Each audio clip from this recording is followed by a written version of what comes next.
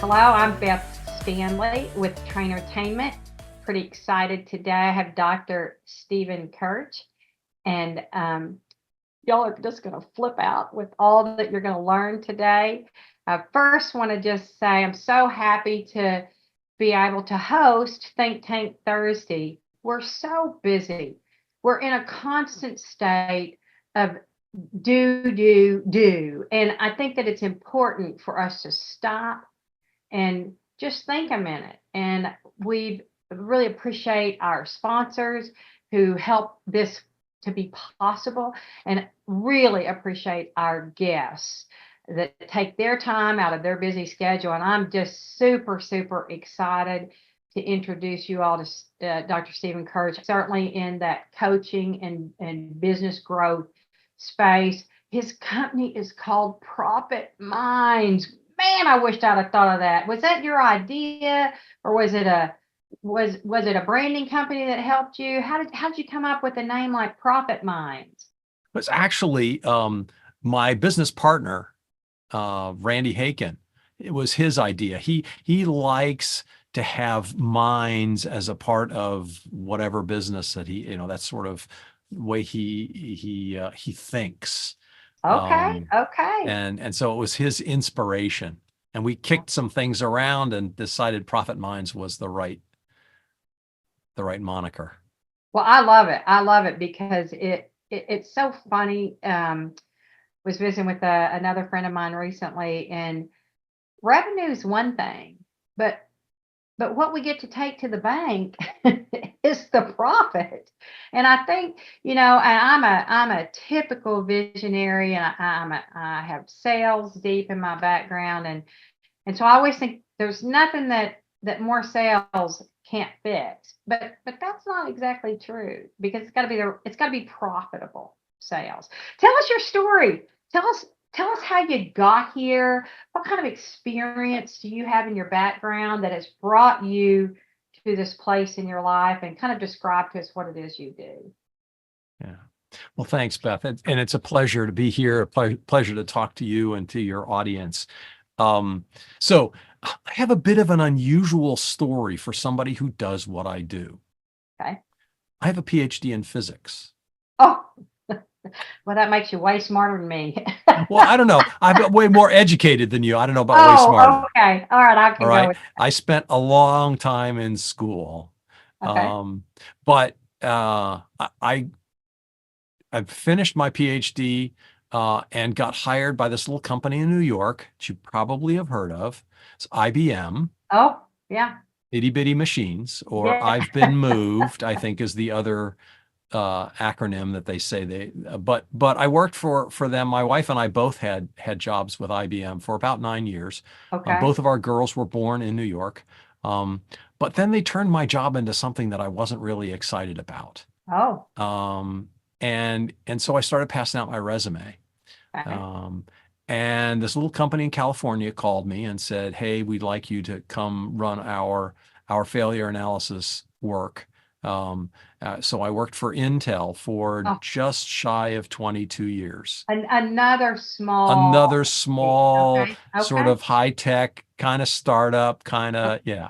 Um, and so yeah, so 30 plus years in the high tech industry. Okay. Um, the and I had a great career. I did all kinds of different things. I was always in engineering management, never in sales or the softer people side of stuff. Okay. But what happened early on in my time at Intel, I was offered the opportunity to take the class, The 7 Habits of Highly Effective People. Oh, don't you? They were Oh, well, rolling it out to the entire organization. It was 1,500 people. They okay. took us off site, 20 or 30 at a time for 5 days. Wow. Can you imagine the level of investment we're talking about here? Wow. And this is a manufacturing organization. So they're actually taking operators off the line and Wow. teaching them the 7 habits. That's how invested they were in making this a part of the culture.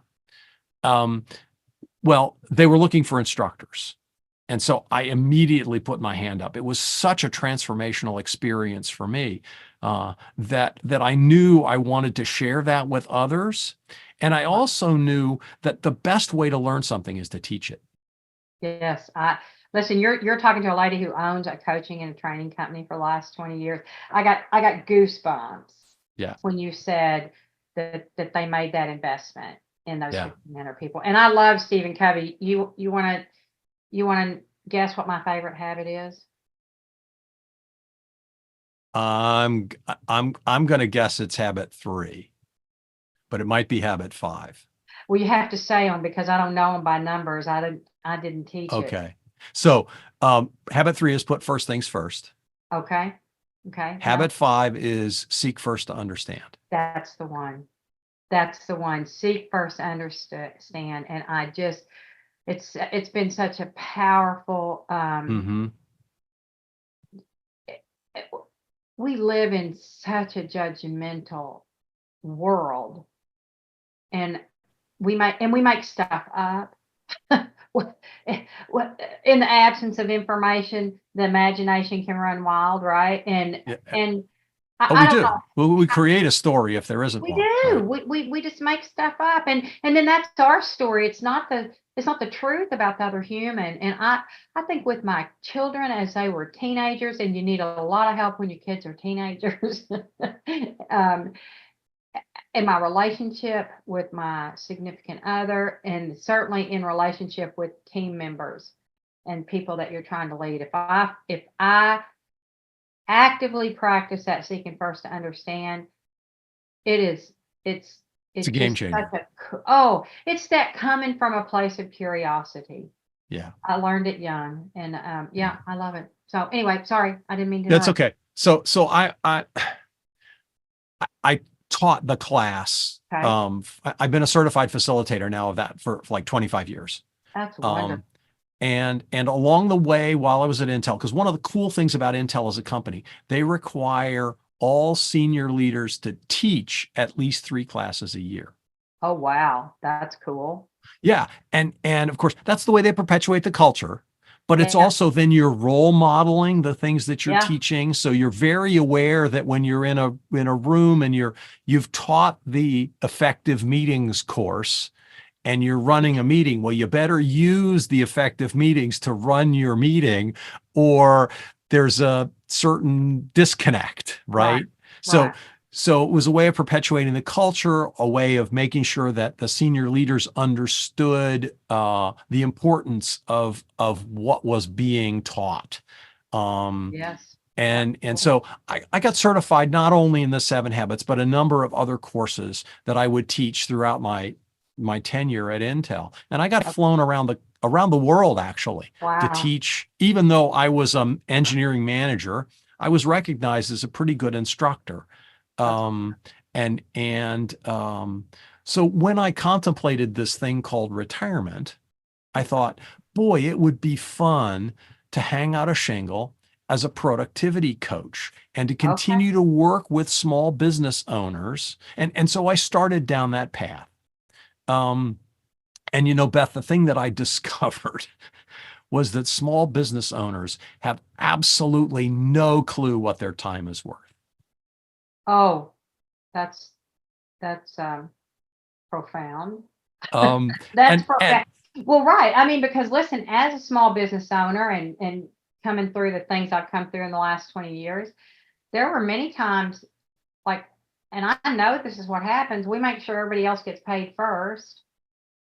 that's And part of then it. if there's some left over, well, then we get that piece. But the other Hopefully we piece of grow it out is of the other piece of it is you're changing hats 17 times a it. day. Yes. So how do you wrap your heads around, for this 5 minutes, I'm a phone caller. For this 5 minutes, I'm taking out the trash. For Right. this 5 minutes, I'm a bookkeeper. For Yep. this 5 minutes, I actually get to coach, right? And so it's so hard to calculate. It is. Um, and the other piece of it, so if you don't know the starting value and you don't know the ending value, how do you calculate an ROI? You can't do it. You just can't get your head wrapped around. Yeah. Is this investment worth it? Right. So I had to search around. So I got some clients, but I knew I could help more people. And the only way to do that is to quantify the value of the engagement. So I came across a system that allows me to get in front of small business owners and say, I can find 6 figures of untapped revenue for any small business in under an hour. Wow.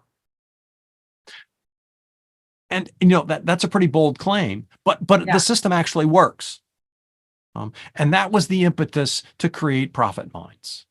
Awesome. Because you grow the top line, you grow the bottom line. We also worked on reducing expenses so that Yeah. more of the top line drops to the bottom line. Right. So that was really the impetus for the creation of Profit Minds, and my business exploded. Oh, wow. Okay. Because now the value of the engagement was quantified. I'm going to find you an extra $100,000 in revenue. Is that interest to you? Right? Would you like some help doing that? But I could also use the productivity expertise to help them figure out where they were going to find the time to do different stuff so that they could make more money. Yeah, I just think that's brilliant. I do. Right. I think so many times entrepreneurs they buy themselves a job Oh yeah. instead of deciding to be a business owner. And Michael Gerber says it the very best in E-Myth Revisited. He says, somebody wakes up one morning and has an entrepreneurial seizure and says, I can do that thing better. Yeah. And they can. And so then they go, they're the subject matter expert and they go do what they're so good at. I mean, I was in sales and I was very good at it. And so, of course, I started this company based on a sales coaching model because I was the technician. I knew how to do that and I could go help. But I didn't want to just do that. I wanted to be a business owner. Yeah. Yeah. And that's one of my signature talks, right? Do you run your business or does your business run you? You can insert, do you own your business or does your business own you? But you're right. So many small business owners, they have a glorified job. Yes, that's right. And that works for some people. There is such a thing as a lifestyle business, and so that ownership piece gives them the lifestyle that they're comfortable with, and if that's their goal, God love them. That's that. So I want to hear your spin on KPIs, essential types of measurements. I think it can be tricky. I have some leaders who just love data and almost for data's sake, and I don't I like information for sure, but I like information that tells me what to do. And so I think and how we'll work with our clients is that there are numbers that are information and there are numbers that are motivation. And with the team, I need them to be motivated by what they see and what they can impact and how they're part of the big picture. And so I'm just curious about any advice, any framework you put around KPIs. Are there KPIs that you think are more important than others? Yeah, absolutely. And that's one of the things that Catapult does better than Scaling Up or EOS. Okay. Based on where you want to be in 3 years, because that's the first question that I ask a new prospect or a new coaching client, right? Yeah. Where do you want to be in 3 years? Got it. Not that where do you want your business to be, but where do you want to be in 3 years? That's good. Yeah. All right. Because if you do this with EOS, it puts the business in the center. Yeah. With Catapult, we're putting the CEO, we're putting the business leader, the business owner in the center and building everything around that. Okay. So once we've answered, where do you want to be in 3 years? Then we can say, okay, where does the business need to be in 3 years to support that vision? Okay. Right. Yeah. And then based on where you want to be in 3 years and what industry you're in, Catapult populates the top level KPIs, Oh, interesting. Now, how right? does it know that? Where does it get Well, that information? so we have worked with M&A experts, with business valuation experts. What Okay. are the world-class metrics? Because our goal at Catapult is to make every business that we work with a world-class business. Got it. It's based on the Rockefeller habits. But world-class has nothing to do with size. World-class has to do with how you operate. And there are 10 principles, right? They're the Rockefeller habits. Yep. But it turns out there are 6 KPIs that really control your business. Okay. The first one, everybody gets the first 2. It's revenue and profit. Yeah. All right. Okay. Top line and bottom line. Yep. The next 2 are ones that aren't as well measured usually. Okay. One is pipeline, and that needs to be measured not just in terms of total volume of business, but it's also where is the person or the customer along the pipeline. I mean, I know you get this, right? Yeah. As a salesperson, right? Yeah. You need to understand, and many CRMs actually lay it out this way, right? You have when they first enter the CRM, they're a 5%, right, probability of closing. By the time you get to the 10th connection, the 10th touch, right? Maybe they're at 80%. Right. Right. So they move along over time. How long does it take you to close a prospect? Right. That's a factor in it. It can't just be, well, I've got, 50 people in my pipeline and they're worth $5,000 a piece lifetime value, and therefore the value of my pipeline is 50 times 5,000. It's not that simple, right? No. So pipeline. The other one is customer churn.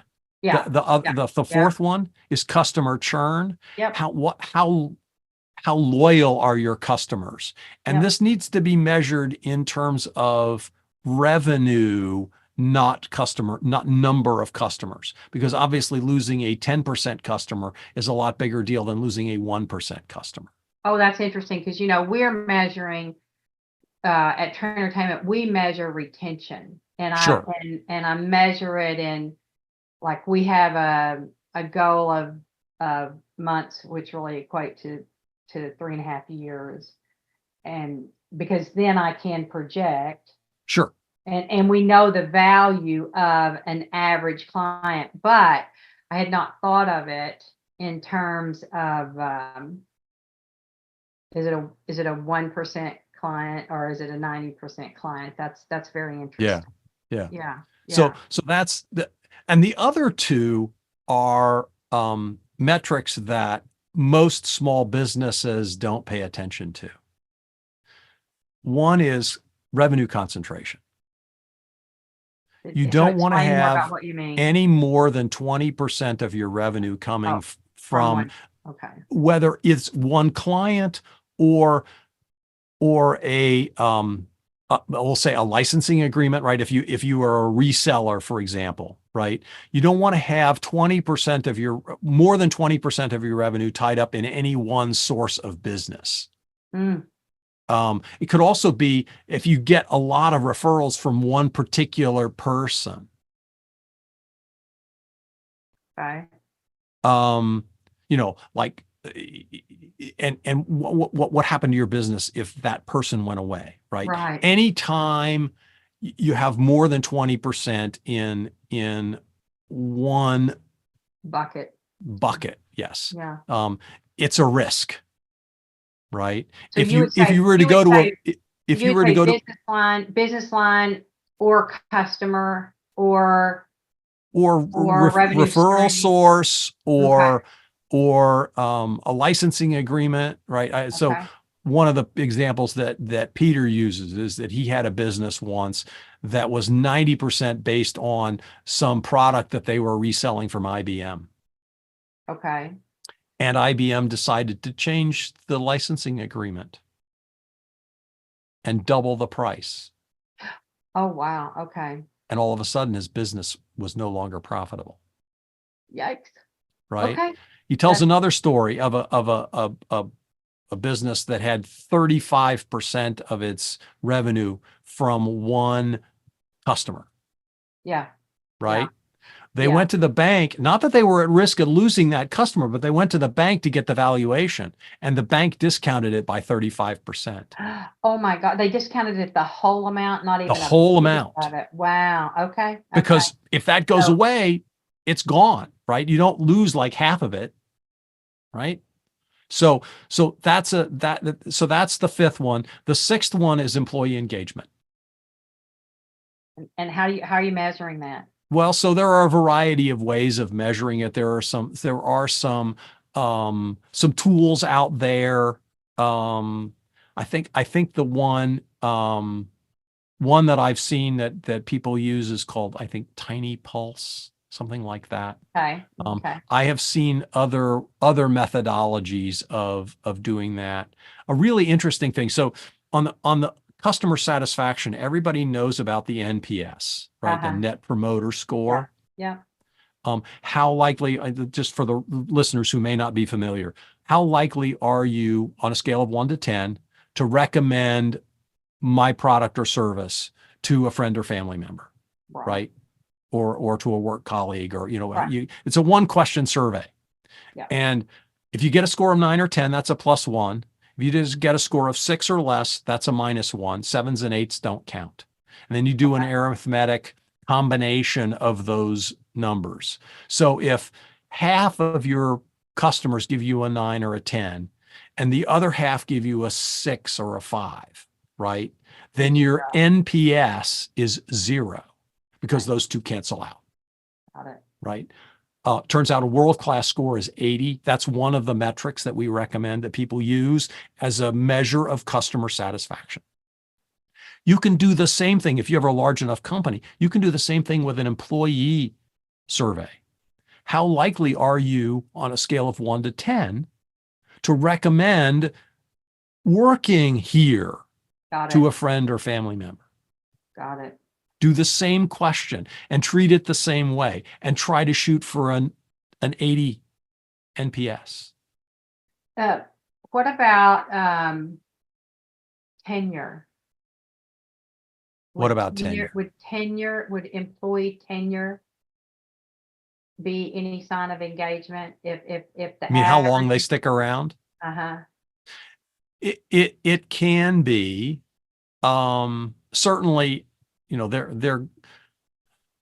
they're less likely to leave if they're more invested, if they're been around a long time. That's comfortable. But that might, But something can happen to shake that up.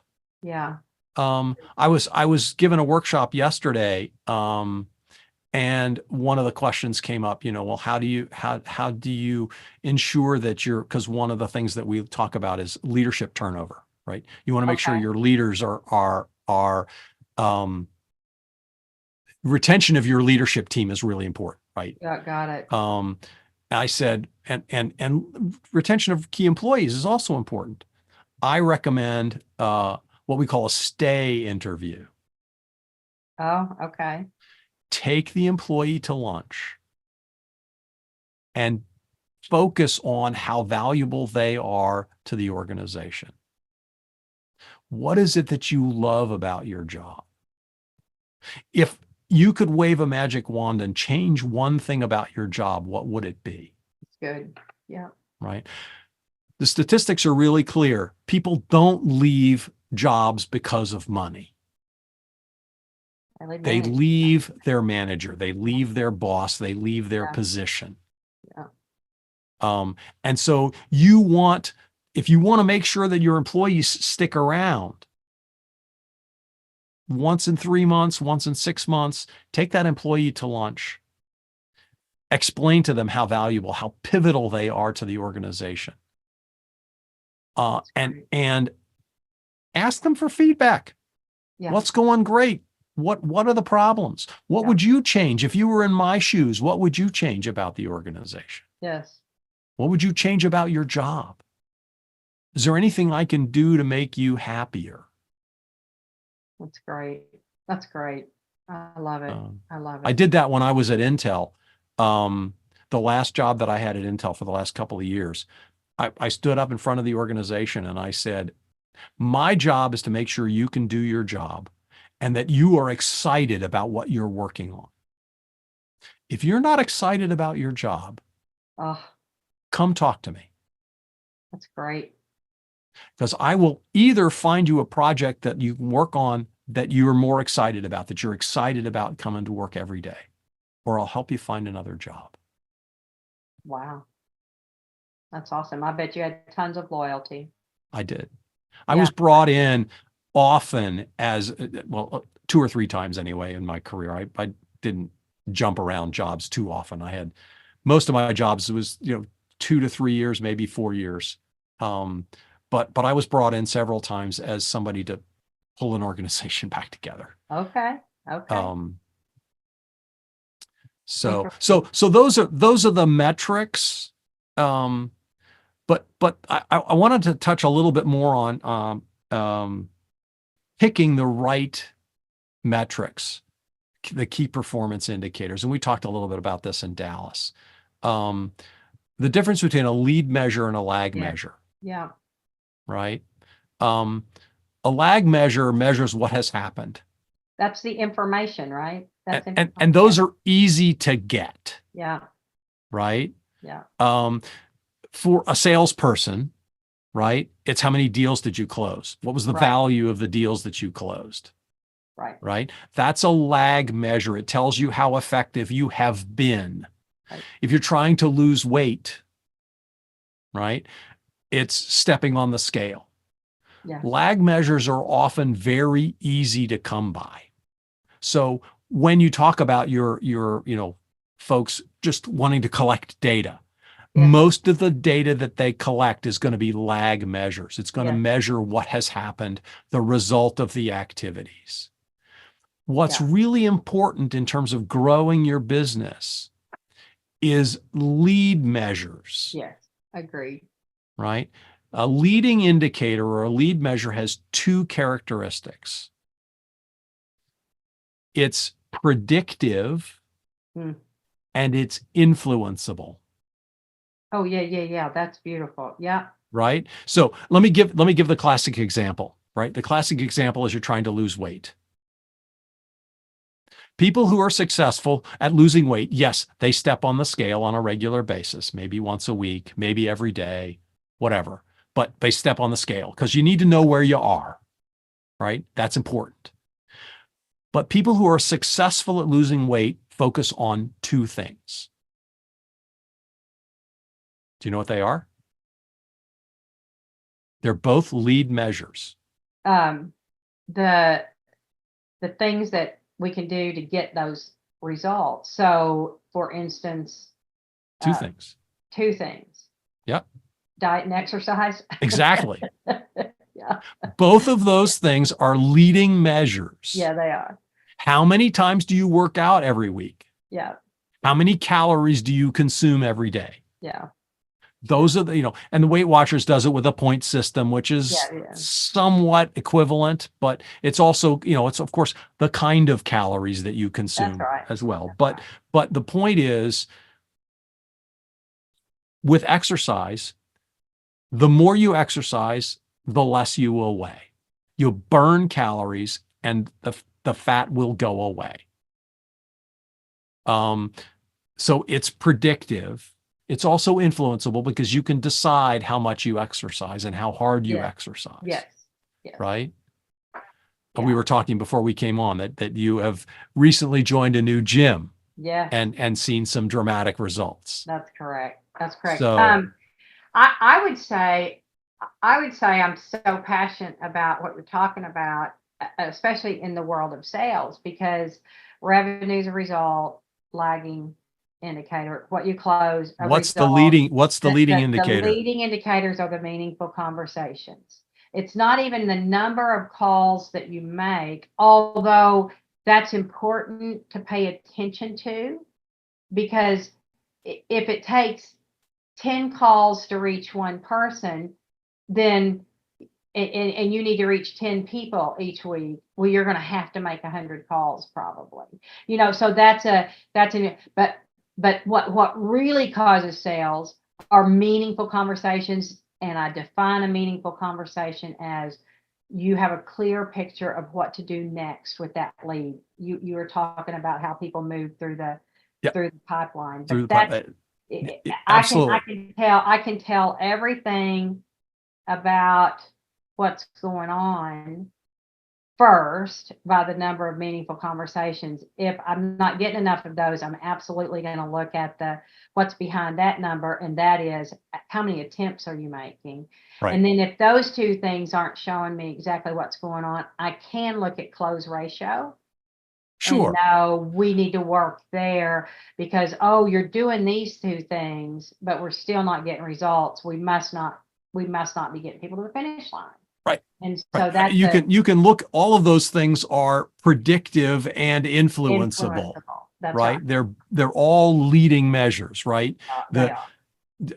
The cold calls that you make, some fraction of those are going to lead to these meaningful conversations, to people moving to the next stage in the right. That's right. And, it may be that, if the number of meaningful conversations is 1% instead of 10%. Yeah. Then you may want to look at how you're collecting those phone calls, right? So they're diagnostic things that you can do to improve those numbers. But exactly. Yeah. That's the influence. Yeah. Right? Yeah, because maybe I'm better to spend my time and energy being at events like the Franchise Expo, so I can make great new friends like somebody like you. You know, I mean, exactly. Yes, I get that. That's exciting. That's exciting. That's wonderful. Our audience, I don't know that people do a good enough job. That sounded judgmental. I don't know that people have the bandwidth because they're busy entrepreneurs to think about leading and lagging measurement. And the leading measures are often harder to measure. In the case of sales, it's pretty straightforward. It is straightforward. Employee engagement as a leading measure of retention. Employee engagement is much harder to measure. It is. Right? So some of these lead measures that we recommend are harder to get your hands around. But they're the important things that really drive your business. Listen, and I know we've gone on here, but I've got a nagging question. You talked about Catapult and that you're feeding information in there, and that you dealt with some M&A companies to find some of those measurements. I'm assuming that that's an AI process. It is. In fact, it's the website is catapult.ai. Okay, wonderful. So tell me about some of the advances in the technology for you as you've come through this process, because it's so funny. I mean, certainly everybody's been talking about AI, and lots of people are afraid, it seems like, or don't have an understanding, or don't even think that they have the ability to understand the magic that is created there. So what are your thoughts? Where are you, and what's helping you? What's good? What's bad? So a couple of things. One is AI is not infallible. Correct. Yeah. Right.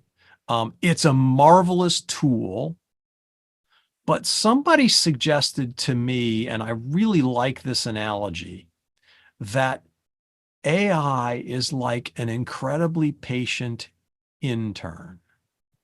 Okay. So you can give the AI the same task over and over and over again and say, no, that's not quite right. Can you do this? Can you do Uh-huh. it this way? Can you think about it this way? Right. Yeah. You can, with those prompts, and Yeah. prompt engineering is huge, right? We can talk about that in a couple minutes. But the intern, if you kept asking the intern to go back and do it again, eventually they would quit. Yeah. AI doesn't do that. ChatGPT, whatever model you like. Yeah.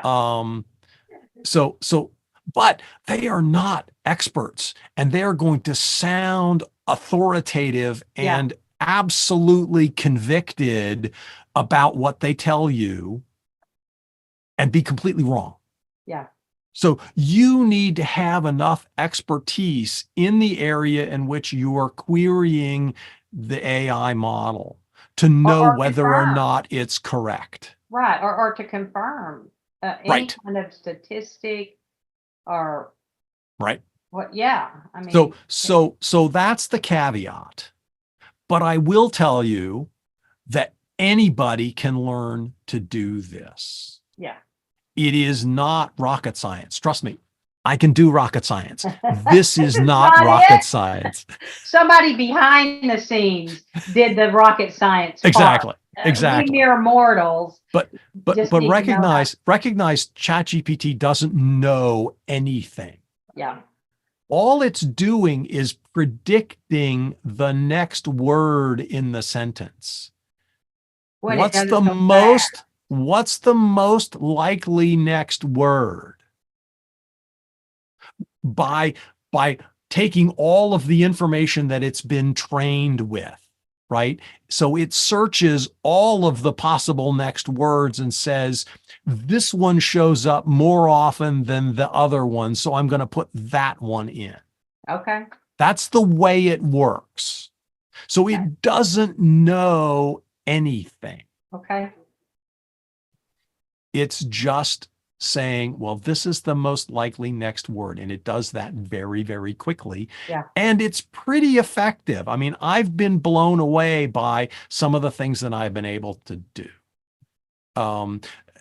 So for your listeners who are afraid of the technology, Yeah. I actually have a training process that I can take people through to get them a white belt, a yellow belt, all the way through to black belt in AI. And it's amazing to me how effective this is. 100% of the people that come through this class are able to do it. Even if you're afraid of technology, it's really not that hard. That's fine. That's fine. You have to just not be afraid. Well, and by the way, right. You can't really make a mistake. Well, right. It's you're talking with the computer here, and if you say something that's wrong, just say, "Oh, sorry, I didn't mean that. Let's back up." Yeah. Right. That's great. And the patience of the AI chatbots, right? Oh yeah. It's infinite. It is. I've said, make this sound more fun. By the way, that's not quite right. Can you do it again? Yeah. Yeah. And they're tireless. It's wonderful. That's great. But it's not an expert. You can't treat it that way. That's really a good point. In my mind, it's crawling around out there in a much faster way than I can do a search. Yes. And it's putting that information together for me. And a lot of times I will use it to kind of set me on the right track. Yes. To go get what, then go do a little deeper level dive. Or as an initial idea generator. It's great. Yes. I brainstorm all the time. Right. And I have so much written word out there via blogs and books and things that I've written already. Right. That I can cut and paste my own stuff in there. And so then it takes on my voice. Exactly. Yeah. And which is great.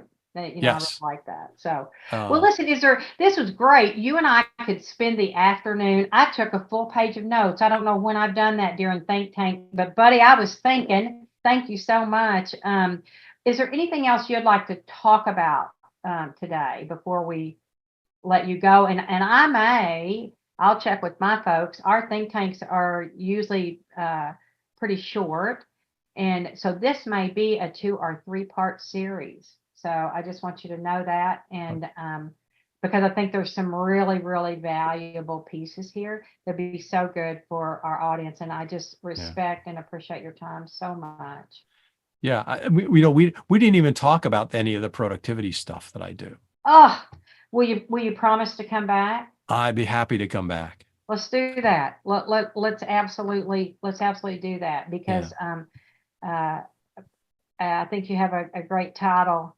I saw one of your speeches, something about, are you productive or are you just busy? And I Yeah. can promise you, I've gotten to the end of a day, way too many days in my life where I was like, God, I was so busy, I'm exhausted. And And I then didn't get anything and then I done. didn't get, yeah, there's nothing checked off my damn list. I got to put it all to the next day. I hate Yeah. that. So Yeah. anyway, So that's awesome. Thank yeah. Happy to connect with any of your listeners. Be happy you. to chat. Well, thank you, Dr. Stephen Kirch. It was fantastic today. There was so much for us to know. You promised to come back. One of the things we do ask every single guest, and I'm going to put you on the spot because I don't think I prepped you for this question, but because we're obsessed with growing people and helping businesses grow, we always want to ask our guests, what's the last thing you did to help yourself grow, or what's something you do on a continual basis that you attribute your own personal growth to? So the last thing that I did was to really dig into AI. Okay. Okay. I've been putting it off and putting it off, and I finally came across this course that really is going to jettison my business to the next level. I'm going to be using it extensively with my assistants, my virtual assistants. Um, Okay. and